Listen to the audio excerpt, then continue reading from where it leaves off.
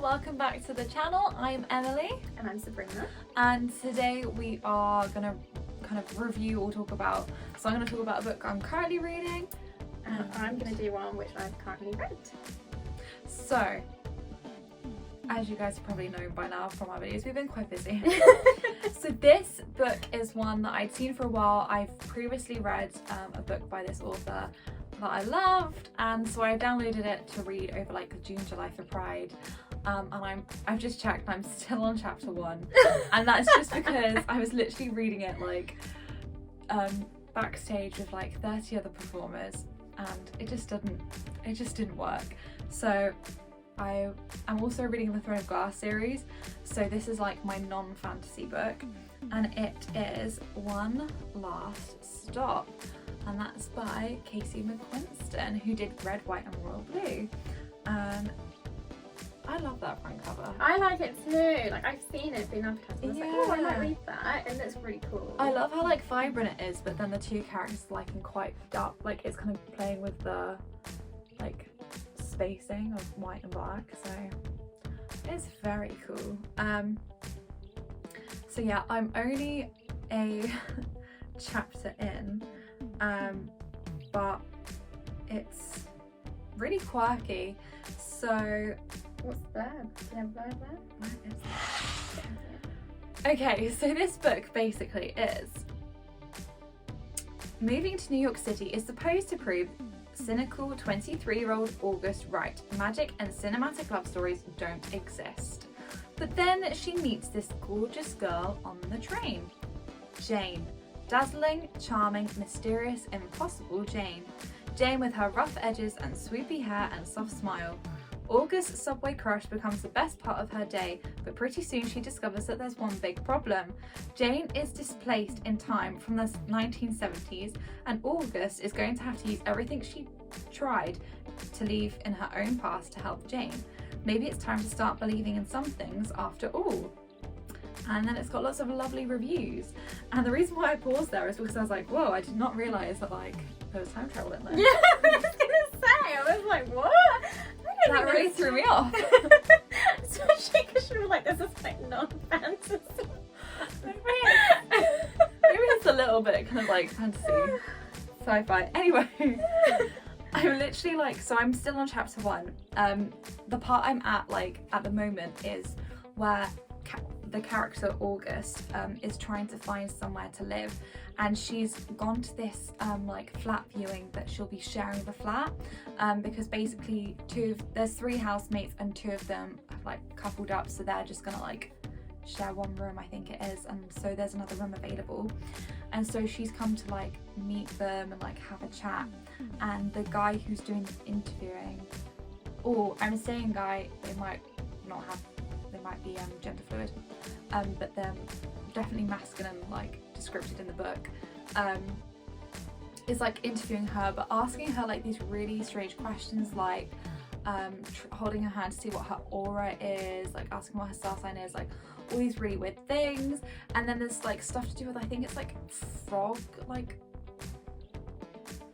skulls or like bones or something. There's like a lot, but basically these people are really quirky, and so he's like interviewing her like in a really quirky way, but also then telling her like things like, are you okay with this and that, and so who does this here, and she comes away like, these people seem really nice, but also they're very odd. And then she's also like, do I want to really be sharing like a flat with like a couple, and you know, I don't know these people and stuff. So it's really interesting beginning to the story. So I've not met Jane yet, but yeah, that was quite fun. Just you're straight in there with the weirdness of it all. I'm like, okay. Love weird. Weird is good. Yeah. Weird is definitely up my street. And I love the fact that Casey McQuiston's written a book about 2 females as opposed to 2 males in Red, White and Royal Blue. I know they've written another book since this one, but I don't know what it is. But I chose One Last Stop because I thought I want to read their books like in order. So not that it matters. I think you recommended me the other one.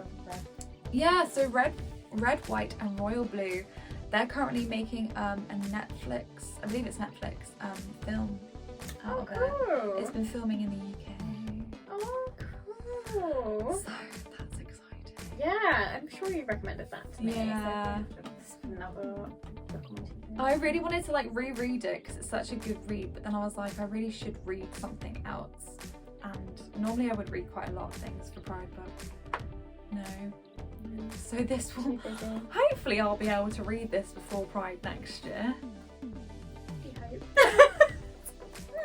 So We we'll hope. come back to that. We hope. I mean, this is from the girl who said that she'd read Kingdom of Ash by Yeah, April. but so I can't really give like an honest review of this except for the fact that it definitely is quirky and the blurb sounds great.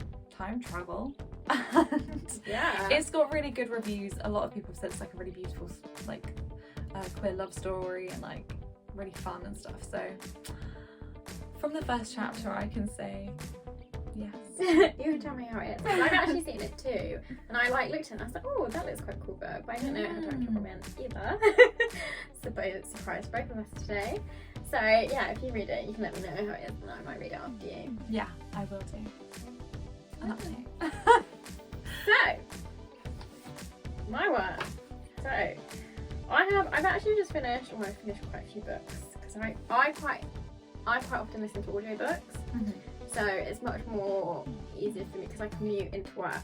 So it's like an hour commute, so I can easily listen to something. I mean, I can read as well, but I don't want to.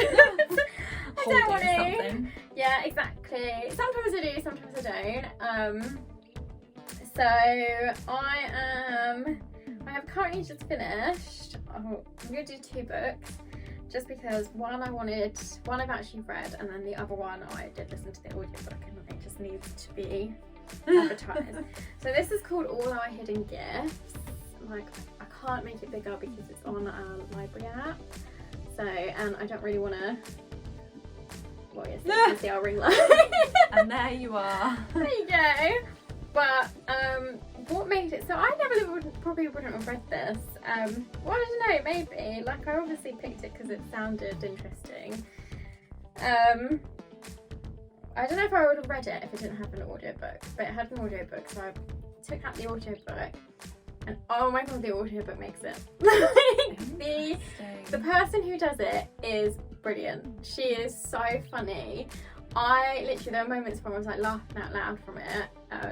It's a young adult book, I think it is. It's set in Ireland. There's this all-girls school, and it's this girl who basically finds these tarot cards. I was going to say the front cover looks a bit like a tarot card. Yeah, and these tarot cards are like enchanted, but it's mainly like it is enchanted. I'm just gonna review it. There's gonna be spoilers, so don't watch on if you don't want spoilers. But basically,